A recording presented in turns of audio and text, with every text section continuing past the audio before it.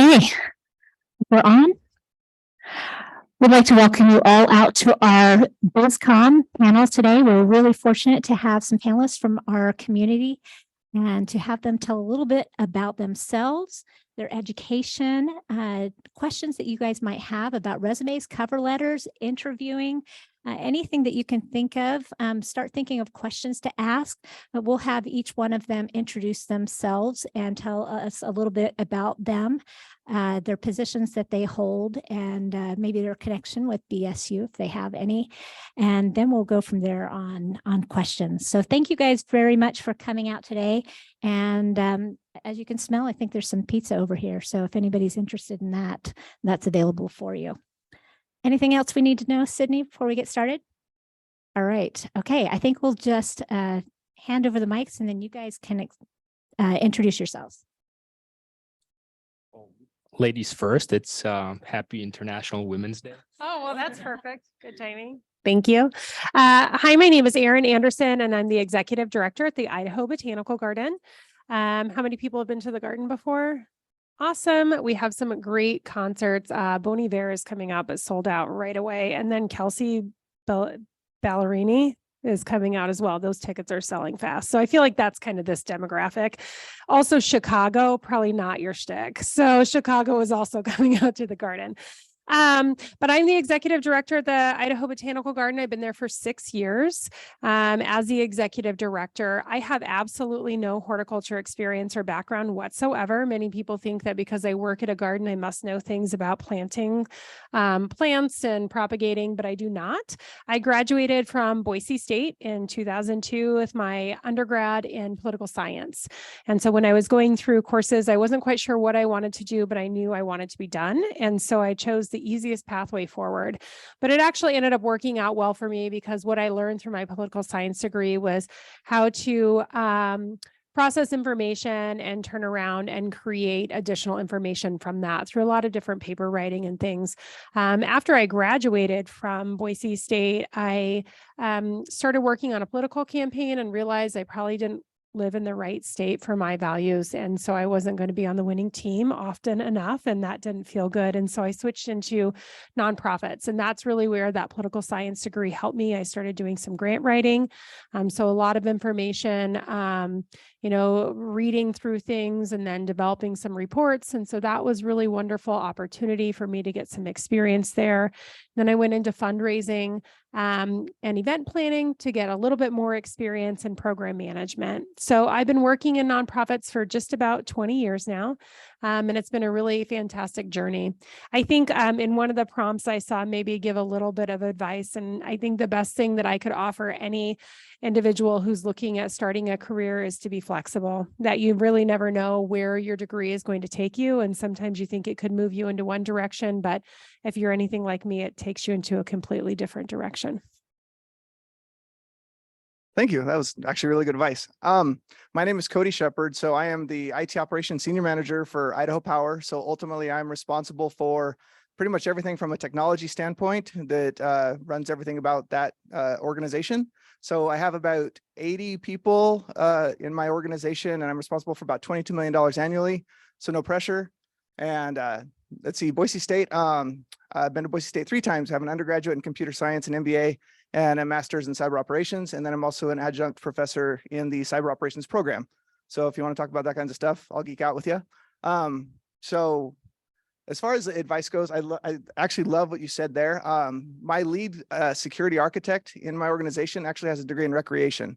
So she was actually going to college to run kind of, I don't know, like lacrosse teams or something like that, big into recreation and stuff like that, and an amazing cloud architect. So, your education and the things that you do, be flexible is definitely a really good advice.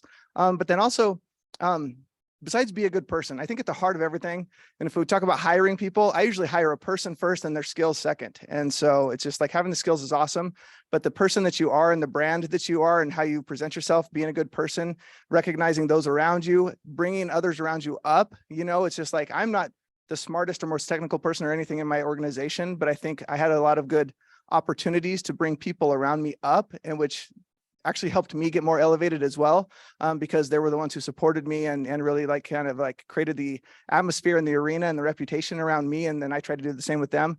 So think about that as well as you create relationships with people and you're starting to look out into the workplace and who you're surrounding yourself with. And, you know, reading like what kind of person they are and what they would like look for, be interested in, and look for the interests and opportunities to say good things about them. Because if I say good things about somebody else, when you meet them, you already have a predetermined notion. It's like, oh, they're probably a good person because Cody said that they're cool. So they're already kind of starting out ahead. When you build that around people, they're going to do that, you know, in reciprocal to you as well. And I think that that can also take you a long way. And we'll talk more about that if you want to later. Thanks, Cody. Great segue into from both topics mentioned. I'm Vas Volchkov. I'm an audit partner at Ernst & Young. I just got recently promoted last year.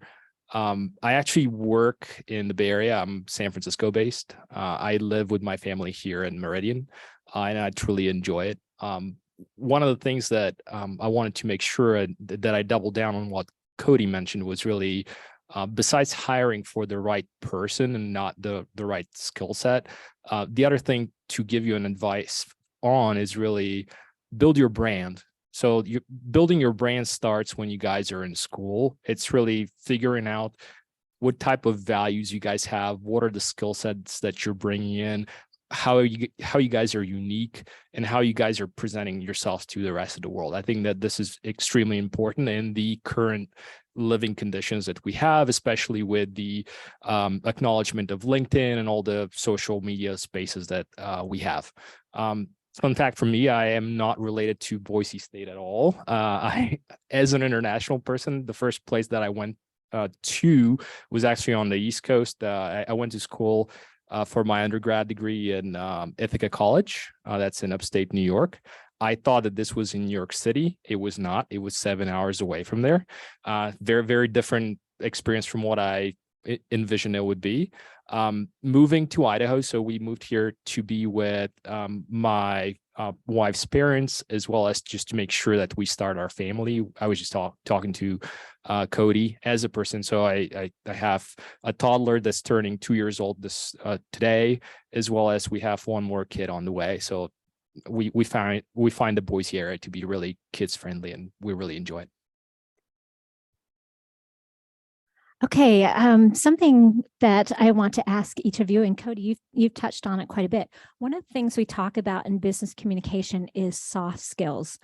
And you've mentioned several of those soft skills. So I wonder if you guys could all talk a little bit more about that when we talk about interpersonal skills and writing skills, oral speaking skills. And you also mentioned, Cody, that you don't necessarily hire for the person, but or for the skill, but for the person. So maybe if you guys could touch on that aspect in your areas of expertise, that would be great. You want to start first? Yeah, sure. Okay, I'll start that off. Soft skills. Oh, wow. So tremendously important, because so much of our communication world is electronic, and electronic communication, be careful with that. That is so anesthetic. It is going to be very, very difficult to have a personality come through, or, you know, intentions and your tones, your inflections, those components of communication that are so tremendously important in creating a connection with whoever you're trying to connect with in some capacities, right? And one of the hardest parts you'll ever experience with that is trying to do that in a resume. I mean, a resume, you're trying to sell me on who you are on a piece of paper. I mean, that's going to be tough, right? So you're trying to reflect who you are, your personality, what you could bring to the position, what you can bring to the group and to the team on a piece of paper. Also, you know, it comes through in electronic forms. So, you know, so soft skills are going to be tremendously important, in how you can translate soft skills into like anesthetic formats, like an email, or even worse, you know, looking at social media where you're looking at the world's highlight reels and you're comparing those to your behind the scenes. I mean, how does that make you feel? It's just like, right. It's like, oh man, these people have everything and I don't have anything. And it's like, well, really, you probably got it better than 99% of the other folks. So really translating an authenticity of who you are and paying attention to the softer components of how you interact with people, you know, your body positioning, your tonals, and, you know, even sometimes the words you use, speaking an appropriate language to folks. You know, if if Vess starts talking super complicated, Ernst and Young kind of stuff to me, I'll be like looking over there and being like, that's a fancy light bulb, you know what I mean, and stuff. And so adjusting to your audience, and there's a great book on that, and it's called Emotional Intelligence by Daniel Goleman, probably one of my favorite books of all times. But that's how you wrap around a lot of those different components that I think contribute to the softer skills, and that's a big part of that is also social awareness. So that's kind of my thoughts on that one. I'll try not to talk too much. I'll pass it over. I think that from soft skills perspective, one of the things that is important for you guys to know is that things evolve as you go through life. Reflecting on where I was in my 20s, let's say, versus like where I'm in early 40s is I used to want to talk a lot more. In my later part of my career, now you develop skills to be a better listener. If I had anything to tell you more from that perspective is try and develop your listening skills at an earlier stage of your school or careers. I think that's tremendously important. I mean, even from perspective of chatting with Cody right before it started, he noticed that I kind of remembered a couple of things that he had said in the previous panel that he and I moderated. And a lot of it has to do with being a good listener and kind of remembering people for who they are. I think that's extremely important. And then the other thing that we touched upon probably from the three of us is really email etiquette is important. I think one of the things that I've noticed for myself, and I don't know whether you guys have noticed for yourselves, is no one wants to read 7 paragraphs and a whole essay in email format. I think the current society and format of society is be as succinct as possible in email style. Tell people in less than 2 paragraphs, less than 5 sentences what you need out of something in an email. Kind of go from there. Like these are two of the things that I would suggest to people. Those are really great. Great ideas. I'm really a fan of bullet points and within an email to get through it, especially when you receive quite a few. A couple of the points that I want to connect everybody with is directly, associated with some things that we're working through at the garden right now. So a couple of things. One thing is that every quarter we do an all team survey, and it's from an independent company. And the feedback that we get every single time is that we need to improve upon our communication. For a long time, we thought that meant organizational communication. What is happening when, and do you know when that's happening? What we've really learned over the past year is it's more that interpersonal communication. And one of the challenge areas that we continue to find is that people say that they don't feel comfortable speaking up in a meeting, and so we've looked at, well, why is it that people don't feel comfortable speaking up? Is it because the culture of the organization and the leadership team? Are we shutting individuals down? Or is it because the individuals don't feel like they have the skills to be able to speak up? And what we're finding is that it's that when individuals are coming in that are new in their career, they don't feel empowered or feel like they have the experience yet to be able to speak up and provide their voice. And for us at the garden, that's so incredibly important.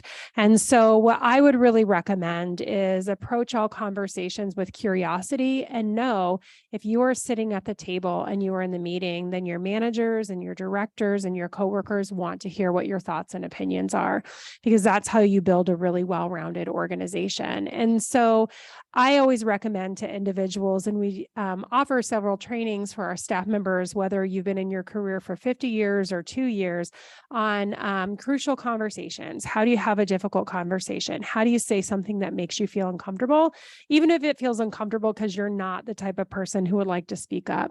How do you do that? Well, you practice, so practicing within your own personal lives, talking to your mom or your dad or your sibling about something that they're doing that's really annoying you, like it's important, and practice with people who are safe. That's a great way to start doing that. And the other thing is approach everything with a curiosity. If you don't like the way that something is happening in an organization, within one of your classes, within your friendship groups, why is that happening? Because oftentimes we have a bias or we make up a story in our head about why that thing is happening, but really there could be another reason. So a good example of this is one of our younger team members was really frustrated because we don't have sick time. we have PTO time. And we developed PTO time because we didn't want people to feel like, A, they had to lie to us if they weren't sick and they just wanted a day off, or they wanted to go on a ski trip or go to a concert. And also because what would end up happening is when people didn't utilize all their sick time, they felt like they were leaving time off the table. So she was frustrated and talking to a couple individuals at our organization about it's not fair they don't have sick time.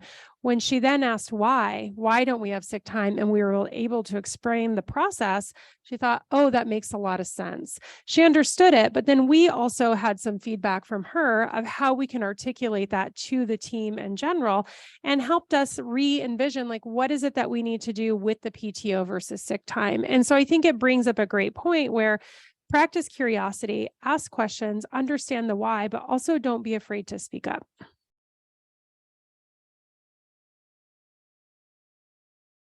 All right. So another thing that I heard you say, Erin, is that you were saying in your introduction that you didn't start out knowing anything about plants, but you've ended up at the botanical gardens. And so I'd like each of you guys to talk a little bit about your career path, and if it's gone a straight course the way you thought it would, and if it hasn't, why, what were the twists and turns? What got you from A to Z? Maybe we're not at Z yet. You're not all the way through your career, but what took you there, and what surprised you maybe about your path? Thank you. This is a very difficult one. I would say never in my wildest dreams I imagined that I would be dealing with accounting on a 24/7 basis, or whatever busy season basis is for accountants right now. I initially started in school as a math major, then I switched to a history major, then I switched to an economics major, then I switched to an accounting major with a mathematics minor. So that's really how things progressed for me in school. As far as things going, I knew that I wanted to do an internship, just start off doing an internship in my junior year, and after that get a full-time job after I graduate from school. So that's really my path to beginning my career at the firm. I had zero aspirations as to becoming an audit partner. Money was not the driving factor for me as to grinding up the ladder or doing things. It is a good thing, don't get me wrong. I am a capitalist by pocket, so I truly enjoy it, but it's not the main force or driver. I think to me it was, I told myself, hey, I'm going to reassess every 3 to 5 years where I am in life and where I am in my career and whether I truly enjoy what I'm doing.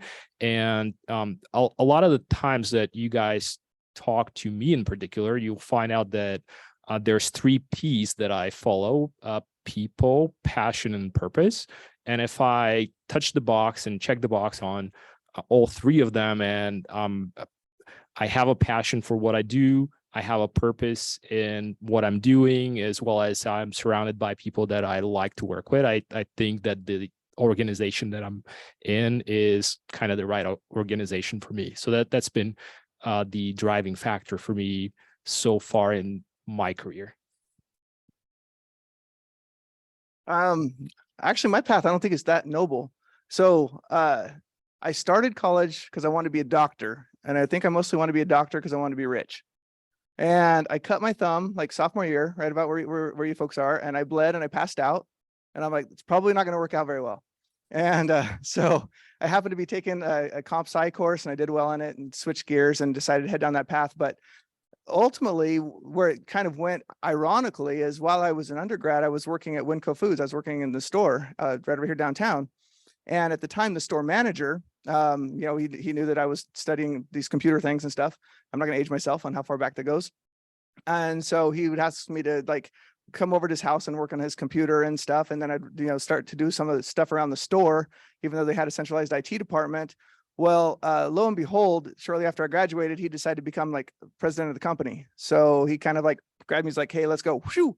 And then all of a sudden I was in charge of IT like a year and a half later. So, so I got I got kind of lucky, but it was building a relationship with somebody just because I cared about them. And ultimately that was somebody who went up the ranks and grabbed me and dragged me by the collar along with him. And it was a great learning experience. And so, but I was doing IT work for Idaho Power, and I was kind of like building my brand, and I would travel around the whole West Coast and all this other kind of stuff. So I talked to a lot of people on the phone, and, and they'd talk to me, and then they'd meet me, and they're like, oh my gosh, you're so normal. Because they thought I was like some kid living in my mom's basement playing on my calculator because I knew computers. And so I was like, well, what else do people do besides, IT work? And I have more of a personality than that. And if you probably noticed, I have tattoos up and down my arm. I didn't want to be put into a box and stuff. It's like, I can be respectful. I can be a good person. I can be good at my job. I'm always, going to strive to do the best job I can, but I don't want to be pigeonholed into some sort of stereotype. So I wanted to, cross over stereotypes. And so I was the tattooed jujitsu MMA fighter snowboarder who did computers. And so then that also became a bit of my brand. And so it was actually kind of cool how that worked out. So people got to know me as kind of interesting in those capacities. But then I was like, what do other people do for a living if they don't do IT? And that's when I decided to always be curious. I decided to go to grad school, came back to Boise State, and, got a master's in business and stuff. And I was like, oh, this is kind of neat. And then I decided to then I jumped over to Idaho Power, and I actually went over to Idaho Power as a developer, and then ultimately got moved into leadership there within a couple of years. And then 8 years later, now I'm running most of that department. So it was a lot of like luck, but it was also people who gave me a chance of not pigeonholing me into a certain spot, and then also realizing I could be a good person and a good human, and treat them with respect, and kind of building up a brand so people would like mention something interesting about me, and then my name got known, and given opportunities. So not too exciting, but kind of fun. As I mentioned, I graduated from Boise State with my degree in political science. I wasn't quite sure exactly what I wanted to do. But when I started working in a nonprofit, it was the Society of St. Vincent de Paul. That was my first job. And I was doing some grant writing there, I mentioned, to purchase books for low-income families to create an at-home library. And from there, I really started to determine like what are the things that I enjoy doing, and how do I enjoy doing it. All the time when you hear people say, oh, you work at a nonprofit, you must be really passionate, you don't make very much money, you work 80 hours a week, do you even have a salary? People are very confused what it means to work in a nonprofit, and they think, well, you have to be really passionate about what you're doing in that organization. And I think that's true, but I wouldn't continue on the career path that I'm on today if those jobs weren't personally fulfilling for me. And so after St. Vincent de Paul, I worked with the National MS Society. I did some events, their bike events and their walk events. And at that point, I had two small children, 2 and 4. They're 16 and 18 now. And so it was quite some time ago, but I was in the grocery store with my youngest daughter, and she said, where does broccoli come from? And I thought, wow, that's a really big question. Let's talk about that. And so we started talking about just agriculture and farming and growing food. And I got really interested in helping kids make a connection between where their food comes from and why it matters. So I volunteered to sit on a board of directors. And it was with an organization called Boise Urban Garden School. And at that time, I was still working within fundraising, but I wasn't in a leadership role. And I really wanted to get experience at an organization that was working towards something that I was really passionate about. And so I volunteered to sit on the board of directors, and the current executive director resigned from her role. And the board asked me, instead of sitting on the board, would I be interested in applying for the position? And it was a pretty significant leap for me. I was taking also an almost equally as significant pay cut at the time. I was making $34,000 a year as an executive director. Can you even imagine? But I knew that leap and taking a significant pay cut was going to elevate my career in the future, because I was one of the youngest executive directors in the Treasure Valley. There was 3 of us who were ages like 30 and under. And so I took a big leap, and it was really scary, and I learned a lot along the way. So over the next 8 years, I developed skills working at that garden. It was actually 8 seasons, 7 years, but everything in my mind is now within garden season. So the job at the Idaho Botanical Garden came up. I I have learned a lot about gardening and horticulture, although I don't know enough to be successful in my own yard. But the skills that I was really able to focus on that I love and that are my strengths are strategic planning and thinking, future thinking, communication. If anybody's ever done a strength finder, I'm essentially listing off my strengths. Maximizer, which is taking something that's already running well and making it better. An activator, where I'm able to make plans with our team, look at our strategic plan, and then turn those thoughts into actions.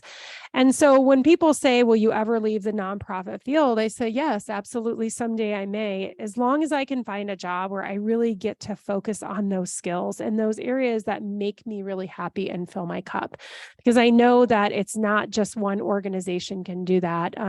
There's many organizations and many companies. And so I think it's being open to that and really focusing on, as you're looking at your career path forward, where are the areas that feel good to you? Where are the areas that you naturally excel in? Go towards those areas, because I can tell you what I will never be: anything with IT, and I will never be an accountant, because those are not my skill sets. And that's okay. I have other skills, but it's following those things that you're good at and doubling down.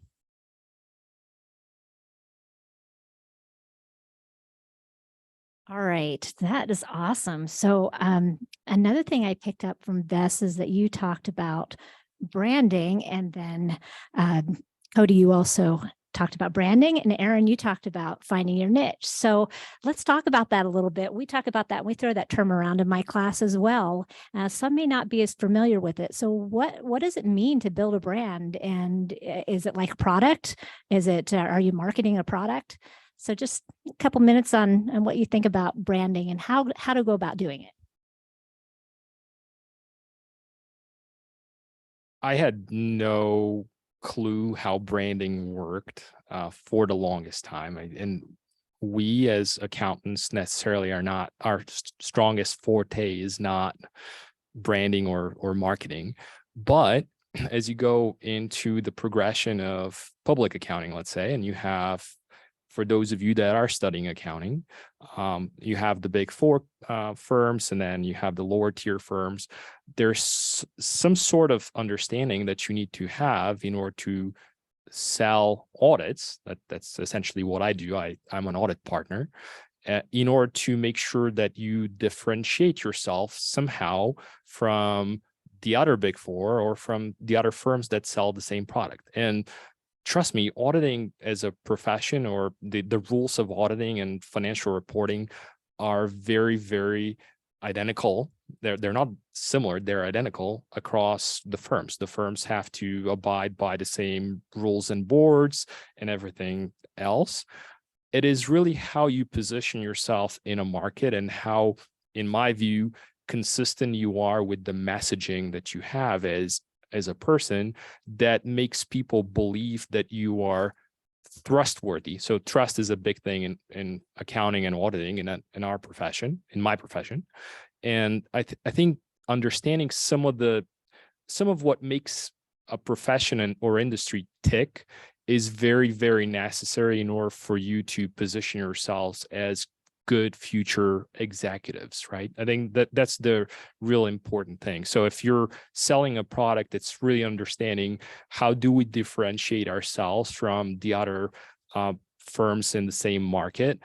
What really makes us unique as far as a proposition? Do we have anything that's unique as a proposition? And how do we make ourselves better? So for example, something that's really interesting that I'm thinking about, there is no box, like everybody's like, let's think outside of the box. There is no box, right? You're just brainstorming and thinking with your folks, how do you make things better? As a Bay Area partner, we have continuously done recruiting around Bay Area schools like Cal Berkeley, as well as Middle California and Southern California schools like University of California, Santa Barbara, and Cal Poly SLO. And every time you go through the same motion, all the big four go through the same recruiting season, and everybody has had significantly deteriorating numbers of recruiting people, right? What ends up happening is I said, well, why don't we go and recruit at Boise State from their accounting school, accounting students, and see whether they'd be interested in going to the Bay Area, work with us and do the things that we do in order to supplement our proposition. So that way, it's not only about finding solutions to different things, it's also trying to manifest and say, hey, we're in the business as EY, let's say, we're better compared to a KPMG or Deloitte in the Bay Area because we're better at recruiting the best students across a multitude of schools that are not necessarily local to the same schools that people are used to going. Okay, brand. So yeah, I did talk a little bit about that, and I think that there's two pieces, and this is just as applies to Cody. I think be authentic to who you are. It would be the root of anything. I think people will see through that and stuff. But when I talk about brand, I think about I'm not even from Canada, but I just did that. But I do think about like what is the takeaway I would want people to have in an interaction with me? Or like, you know, it's like, what would I want people to be saying about me if they meet my mom and things like that. And I take that into consideration pretty much with, you know, every opportunity I can get and stuff. And so it doesn't mean it's going to be memorable and everybody's going to send me Christmas cards, but there's something about an interaction where if my name comes up, there's a familiarity and then it evokes an emotion, because people don't remember like necessarily what you say or what you do. They remember how they felt in that moment or that interaction with you. And so, you know, so there's a part of the brand there that, you know, if Cody's name comes up 3 days from now, I'll be like, oh yeah, I met him that one time. Yeah, he seemed like a nice person. That's part of the brand that I talk about as well, you know, and then if you have connections with folks and you find something, every single person in this room is better than everybody else in this room at something. And every single person in this room has more potential in something than everybody else. And so if you cue into those things that make you, you know, unique, and you can make yourself like interesting. What's even better than that is if you find out what it is about somebody else that makes them unique, and then you engage them on it and be truly curious, not just humoring them, being truly curious. I can't change engine in a car or whatever that is called. I freely admit that. But if you tell me about it, I want to learn everything there is about it because it's going to be fascinating because I can't do it. You know what I mean? And stuff. And so if you show that true curiosity about another person, about what makes them unique, they'll reciprocate that. And then that, I think, also builds a brand. On the individual side, in the business level, is if you find an opportunity to do something everybody else hates and then find enjoyment of it, that's where I think I found the single biggest catalyst in my professional career. Besides, you know, my relationships with people and just trying to be a good person and elevating people around me, you know, licensing compliance as pertains to technology investments, everybody hates it. But if an auditor comes in, if EY comes in and sends us a bill for $2 million and I can save that from happening, I'm going to be a hero. So I dove into the compliance function. And so I understood all of the product terms and agreements and the contracts and everything and stuff like that. Ran through a couple of audits when Oracle came in knocking and Microsoft came in knocking, and avoided what could have been millions of dollars in fines. Guess what? My boss was like, hey, Cody, you're yay. And I got a little sash as the compliance guy. So, you know, identifying that thing everybody else hates and finding enjoyment in it for being the person who knows it, actually, I think also goes a long way. So that would be my advice. So I think as you're starting off your career, regardless of if you're looking for your like forever job or just a temporary for now job, the important thing to do is to find a brand and a culture that you want to associate yourself with. And a lot of the times when we talk about brand or culture at the Botanical Garden, we say that the people are what create the culture and the culture is what creates the brand. So at the Botanical Garden, we really focus on approachable and accessible. And so what that means is that anybody who comes to the Botanical Garden feels comfortable within our space. That's really what we pride ourselves on. And we ensure that every single person that works at the organization has that same set of values. And it's really easy for me to like juxtapose this with other gardens that I have visited throughout the country. So there's a really beautiful garden in California. It's called the Huntington Garden. And if you've ever been there, it's like amazing. Every single blade of grass is in the right place. There's like halls, and it's an old estate, and they have like paintings from like, 1892 of dignitaries. And it's very pretentious feeling. And the staff there has that same feeling. And I think that it's wonderful for them. And there's a time and a place for that. One time somebody described the garden on like a Google review or Yelp as it's a mix between Duck Dynasty and Downton Abbey. And I don't know if you know what any one of those shows are. It's kind of a compliment that I will take. And what I took from that is it's a very beautiful space, but people are not afraid to walk off the pathway. They feel comfortable touching the plants. They feel comfortable interacting with the space. And that's something that we're really trying to create at the garden. And so we hire individuals who have that same sense. So where Cody said we hire for people, not skills, we have a very similar, viewpoint at the botanical garden. And so I think the point from this is go where you're going to feel comfortable and go with an organization or a company that matches those values. It's not going to be your everything. There's going to be things that happen within that organization that you may not agree with. But if you are in an interview process or you're looking at an organization and you are interning and you feel very comfortable, it's probably a good fit. If I were to walk over to the Huntington Garden, I would probably feel very out of place. I've met the directors at gardens like that. They wear seersucker suits. They're very fancy. We are not fancy people in Idaho, and that's just not our brand. So that's what I would really say. And look at you as yourself and understand what it is that you want. I always relate things to personal stories, but for me, my 18-year-old daughter is a freshman in college this year, and she went to Boise High School here. And she had a difficult time in high school. She didn't really feel like she connected with people. And as we were going out and looking for colleges, we looked for a place that she would really feel comfortable and feel like she could be herself. And we went up to Western Washington University, which is in Bellingham. And we walked in and she was like, these are my people. There are prayer flags hanging everywhere. I could smell the patchouli and all the other things in the air. And it's like, oh my gosh, these are your people. This is where you need to be. My 16-year-old daughter, we go and we visit. She plays rugby. She wrestles. She also has beautiful long nails, dyes her hair blonde, very different than her sister. She walked in there, was like, no freaking way would I ever feel comfortable here. But it's important to have that sense of you and your own self to know where is it that you're going to be the most successful. Because I can guarantee if my youngest daughter goes up to Western Washington, she's going to be like, no, she's probably going to go like down to ASU, or maybe she'll come here to Boise State and find a place that she really feels like she fits in.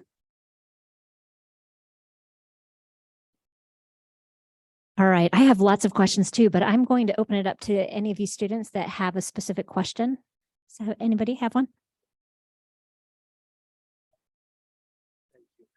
I actually have a small industry question for Aaron. I'm running a small event company, and one thing that we're having problems with is venues. And if I'm rambling too much, please take the mic away from me. I beg you. Where our clientele is looking for something better than what they used to get. But I don't know, this, obviously, the pricing for renting something, even for a day, is astronomically exploding. And so I'm trying to find ways to convince my clientele to stick with us instead of going with low-cost competition, because they're asking for stuff outside of the budget. I don't know. I could breathe. This is more of a conversation than a question, but help. Just in general. I think this really pertains to any kind of business that you're within, or if you're a vendor that supports another business, where we find ourselves to be successful, because I would say we're on the lower end of some venue rentals, but we're definitely not dirt cheap. And where it really comes into is you sell the assets that you have and what it is that you're bringing to the table. And that's really what you focus on.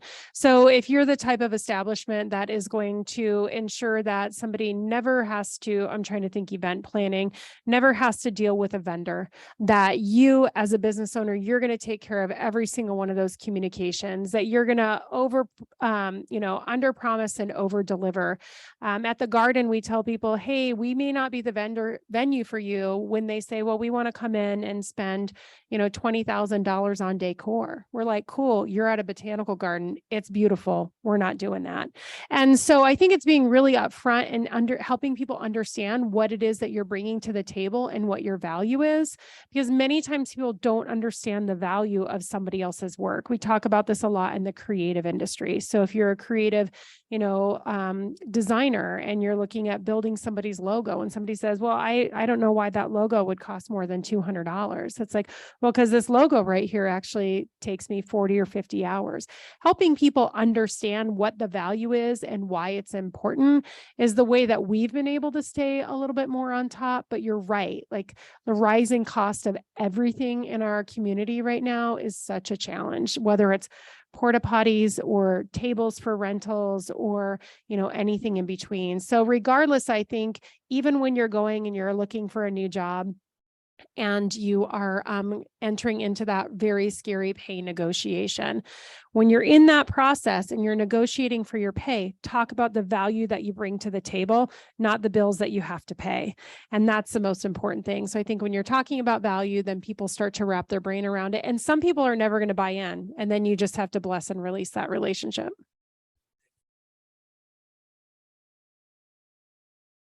All right. Anybody else? Okay. So this could go for like any of you, I guess. So what would you recommend for like someone in my position, a college freshman? What would you recommend to do now until graduation to kind of like work on soft skills and workplace experience, I guess, before you actually get into the workplace, if that makes sense? Yeah, really great question as we kind of pivot into some of those resumes, cover letters, elevator pitches, LinkedIn, all those kinds of things. That was by far the hardest question in 2 semesters of panels that I've heard, but thank you. I think the best thing is my advice would be take advantage of the tools that the school provides you with regards to Career Center, as well as with regards to knowledge of your teachers and the classes that you're attending, as well as the people that you meet at these panels, and just take this as reaching out your hand and saying like, hey, do you have 30 minutes for us to chat? Or I'm kind of lost as to where to start with my career, and go from there. And you would be surprised. Most of us are fairly open as to spending goodwill time into coaching, teaching, and all of that stuff, as well as the resources of this school. And I've been here 2 years in Idaho, are fantastic. I think you guys should feel great about the school that you guys go to, and that's my advice. Yeah, I gotta agree. That was a tough question. First off, enjoy your ride. I mean, you're here, you're doing the right thing. So don't quit. I mean, if you go to college and you don't finish, ouch, you went 99% of the way of the race, and then, stop right before the finish line. So, but also enjoy the ride. But also pay attention to how many people around you are looking for you to succeed. So never feel like you're necessarily alone. And so if you have a support community, enjoy your friends and everybody around you, and enjoy college and be a college student. Honestly, I think I took it too seriously, and I still regret it to this day sometimes. But enjoy it as much as you can, but also recognize that this is not forever. Okay. And then there's going to be a real life, and there's going to be responsibility, and there's going to be all these things that are going to be coming about after it. And there's a lot of people looking for you to succeed. I can look left and right and see several even in this room. And so, if you make connections, and then you make connections in the community and stuff, and you find people that you kind of connect with, or kind of live in a world that you think you want to kind of live in, because I think Aaron nailed it. I mean, there's going to be certain industries and areas and types of people that you're going to want to be around long term. And so make sure that that's who you want to be around at long term. Well, get to know them a little bit, and then you'll be able to kind of navigate some of those areas. And along the journey, especially as you're starting to go in, and even the fact that you're asking that question, I think is super smart to be thinking about, is paying attention to, if you get me around all my buddies, I'm not like the Cody Shepherd who's running the IT stuff and over there, it's like, I'm going back to college, right? And stuff. And so recognize those opportunities where it's just like, wait a minute, I need to kind of practice, for lack of a better term, what it's going to be like when I get out into the real world, and how I'm going to interact with people on a professional level, and how I'm going to present myself, and how I'm going to speak to them, and capitalize on those opportunities to even just practice it and try it. And it doesn't matter what type of work that you're doing in the interim, you have opportunities to try that, and just to kind of really just kind of, fine tune those skills, and really make yourself set apart, even in no matter what kind of job you're doing between now and your career, if that makes sense. 2 things. Number 1, volunteer find an organization, a group, a school group, anywhere that you can get any additional, conversations, communications, those soft skills with people who are generally outside of your own kind of group that you're currently running with, or outside of your own, program, whatever that may be. I think that's really beneficial, and it helps you in a less scary way to get out there. The other thing I really like to talk about a lot is and I don't know exactly what it is. My partner, he talks about it all the time. There's 3 different zones. There's your comfort zone, your stretch zone, and your panic zone. Have you all talked about this at all? So your comfort zone is just day to day, that's the space that you feel really easy in. Your stretch zone is a space where you're doing things outside of that comfort zone that maybe cause a little bit of anxiety or fear. But that's where you're learning. That's where you're really succeeding. And then there's your panic zone. So your panic zone is you are way beyond your own area of expertise and you don't know what to do. COVID, panic zone. I was in the panic zone for probably about a year trying to figure out how we're going to make our organization successful and how we're not going to go away. But what you can do is when you are in that panic zone and you come out of the panic zone, there's definitely things that you learned while you're in that area. And there's things that made me a stronger executive director and a stronger community member just in that panic zone from what I learned from the pandemic. But my goal always within my career is to get into the stretch zone. So right now at age 42, I'm going back to school and I'm finalizing my master's degree. And that's been a big stretch for me, but it feels really good because you're learning things. And then when you get back into the comfort zone, sometimes that's an okay place to be for a little bit, but you don't want to spend a whole lot of time there. So no matter what it is that you're doing in your life, when you're in that stretch zone, you're learning and you're expanding those skills. Anyone else? Right.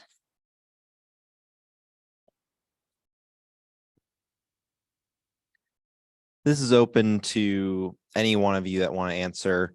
I was just wondering from personal experience, and it was just kind of a happenstance thing of like when I got a new job at the local Lowe's, it was kind of a thing of like the person who was supposed to train me had a family thing come up. So I was on my own for 2 or so weeks where I had to just kind of learn by being around the other employees and figuring out on my own. And it kind of led me to the question of if you have a job where it doesn't feel like anyone's really willing to teach you anything, what do you do? How do you find like the person who's willing to teach you the skills and feel like you're not just left on your own to figure this stuff out?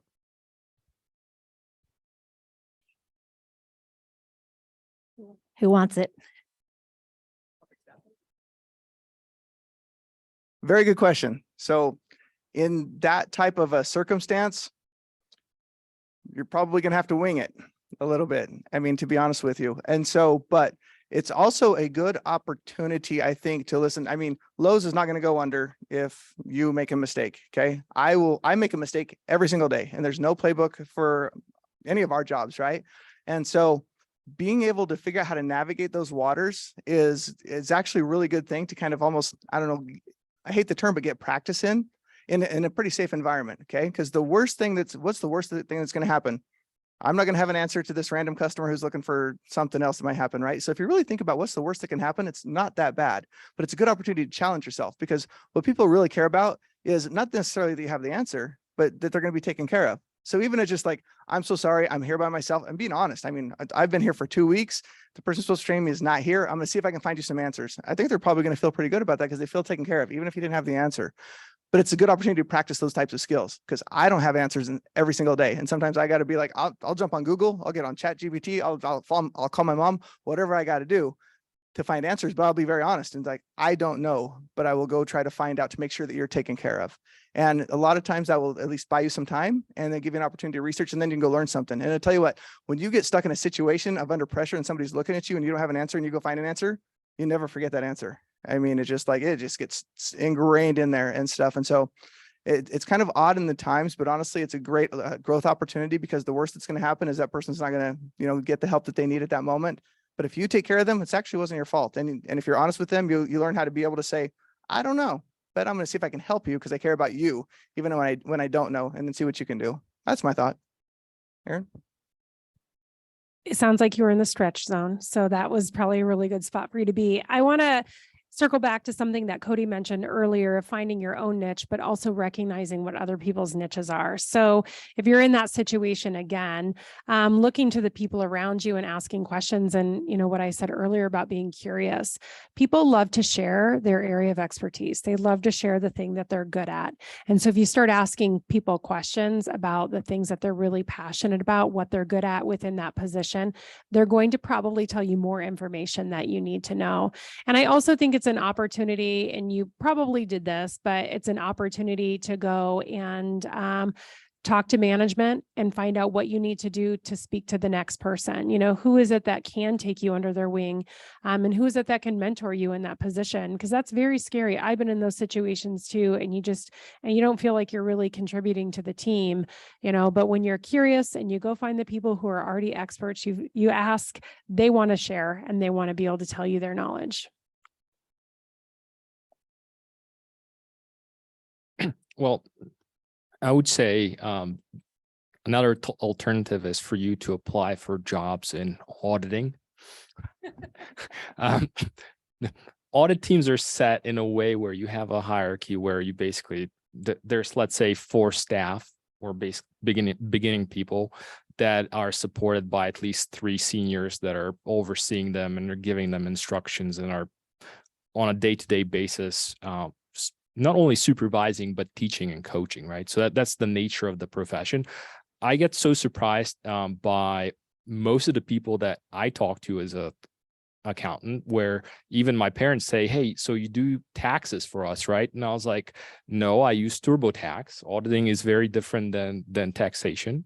And I think it really, your choice in what you do in life is also dependent on whether you want to be part of a team that's supporting you, and to figure out how this team is supporting you on a daily basis, whether you want to have day-to-day touch points with people, or to these guys' points, whether you have a little bit more the need of an autonomy where you say, well, I can have a touch point once or twice a week with people, but I will figure things out and between the lines and kind of go from there.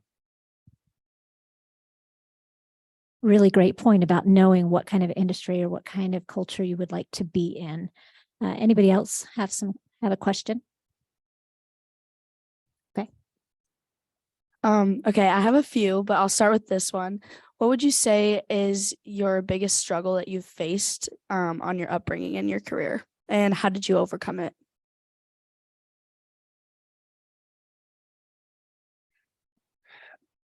Time management. It's my life in busy season right now, because this is busy season for auditors, is panic mode for about 3 days out of 5 during the week.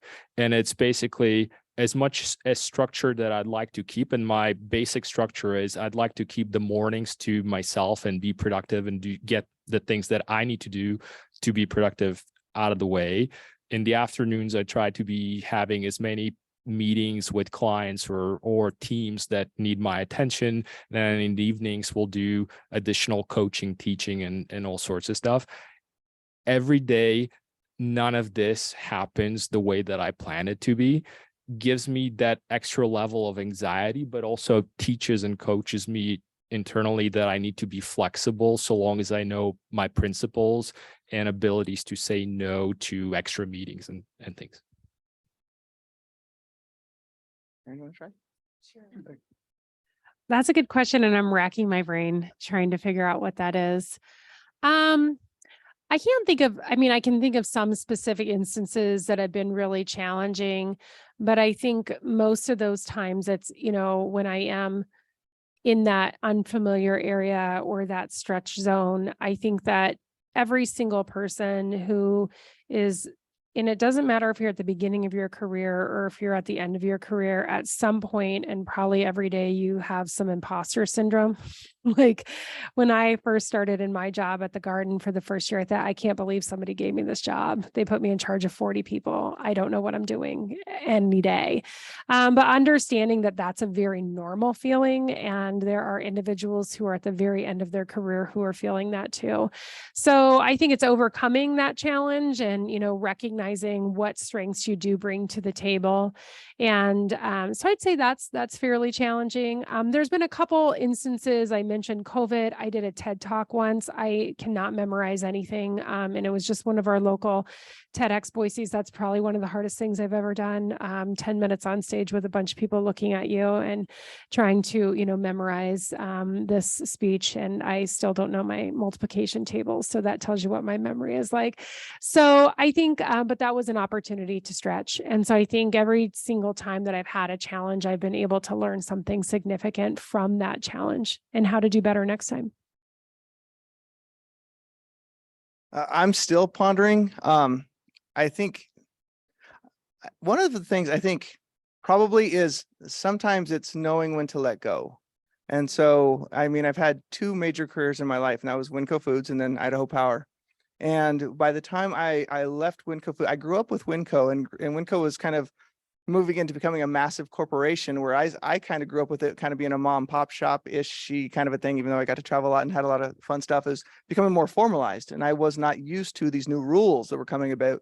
And so in my mind, I thought, I know better. Why don't they listen to me? I mean, so my boss was the CIO, and my boss is currently the CIO as well at Idaho Power, but my boss was the CIO, and he wanted to meet with me once a week on what I was working on. And I remember thinking in my head, no, not your problem, dude. It's just like, I got it. You go away. It was the wrong kind of mentality. And so Winco was growing in a different path than I was. And I stayed there a little bit too long. And I honestly believe, and I will freely admit, if I had not left and gone to Idaho Power, and I went to Idaho Power because I met somebody here in grad school, my first semester of MBA school, who worked at Idaho Power and said it was a cool place. And then I happened to be like mad at my boss one day. I was like, I'm going to apply for this job at Idaho Power. And then I ended up getting it. Thank goodness. I probably would have got terminated, because we used to be like this, and then we grew apart. So it just hung on a little bit too long. So when you're no longer getting that utility and that satisfaction and the things that you need for yourself, companies are always going to be okay. I check the news. When I left Winco, I checked the news. I'm like, how many stores shut down because Cody's gone? You know what I mean? It's just like, wow, they're going to be okay. Look out for you. And if it's right and it's the right fit and it's giving you the utility and the things that you want and what you need for your life, then good. But if it's not, don't hang on too much. There's a loyalty to companies, but there's loyalty to a fault and stuff. And it becomes a detriment to you and your happiness and like your families or whatever and stuff like that. There's other things out there. All right, we're going to turn the mic over to Brandon for a minute. He has a couple questions he'd like to ask. Okay. As one of COBE's career coaches, I'll kind of go into a little bit of career related development. So this is one of my favorite questions to ask. So this is a perception versus reality question. And I believe there's been a flavor of that that's been shared today. But if you can think back, this is a business communications 200 level course. So many of the students, if they are part of that course that are attending today, may be kind of at the beginning-ish of their careers-ish, right? So if you can maybe reflect on what was your perception of the business world, or what was the perception of professional, just all things professional, as you were kind of getting ready to jump into being a quote professional? And then what was the reality that you maybe met? Were there any kind of surprises, if that makes sense? And yeah, I'll leave it at that. Who wants to take this at the first? Okay. So when I started in accounting, I always thought that things in auditing in particular will be black and white. You can tell the person in front of you, hey, you're wrong, you made a mistake, and we move on, right? Companies fix their issues and things move on.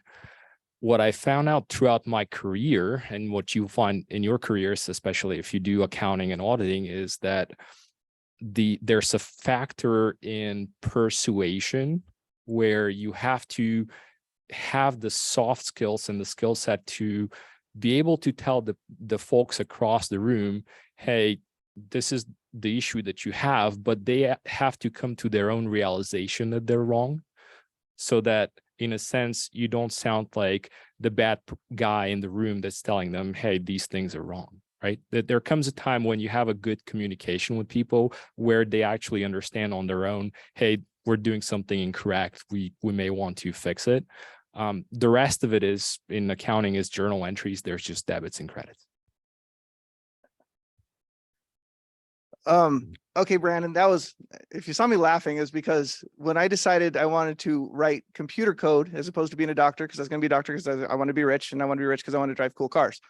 So I fully recognize what was my motivators in college. And so my perception though of going into the professional world was that you graduate, you get your piece of paper, and then people come knocking on the door and they're ready to start cutting some checks. And so the reality was much different. Luckily, I had my mentor who became the president of Winco and stuff, who took me, into the IT department at Winco and kind of took care of me. But I still have this picture in my head, and I'm not going to say the year, but it was a long time ago. And in the picture in my head was that when I graduate and I get my piece of paper, because I can write computer code, my salary should be somewhere around 180,000. And my salary was somewhere around 36. So I had 100-hour weeks, and I had to just grind and go and learn and just keep just charging through and doing so much more than I ever imagined I would do. And it was amazing. And I would say it was worth every penny of it. Well, it was worth about $3 an hour if you break it down. But my perception of what was supposed to happen at that point of graduation became more learning. And so what it did was, what graduation did was it opened up the door. It opened up my mind to the learning and the opportunities, but then it opened up the door to create the opportunities, which then started a new path towards building the career. And the path was awesome. I mean, if I'd have gotten, that big 6-figure check on day one, who knows what kind of person I'd be, for one thing, but it would have ruined so much experience in a big part of my life that was kind of growing in my career and just like growing my mindset and my experiences throughout. I agree with that. We see that a lot in hiring new employees, especially individuals who have just maybe graduated from college and are getting started in their career, that, the expectation is that they'll be able to make this amount of money when the fair market value for that position is this amount. And that's a hard thing to come across. I think that maybe I was so ready to be out of school by the time I was done, which I'm sure all of you are in that position as well, that I thought, maybe you get out and you don't have to learn anymore and you can just go to work but it's a continual learning process from the minute that you start a new position.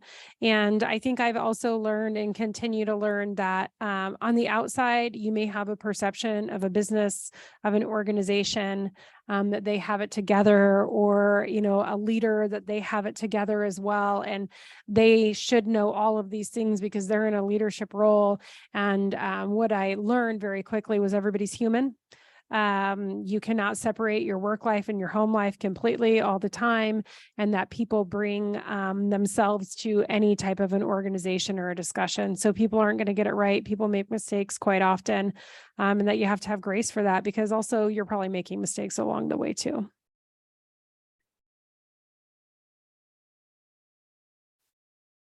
All right, thank you. So we're running out of time for this 75-minute class period. I have one more question in mind, if that's okay. So if you have given interviews, if you do conduct interviews on a regular basis, what is one of your favorite interview questions to ask and why?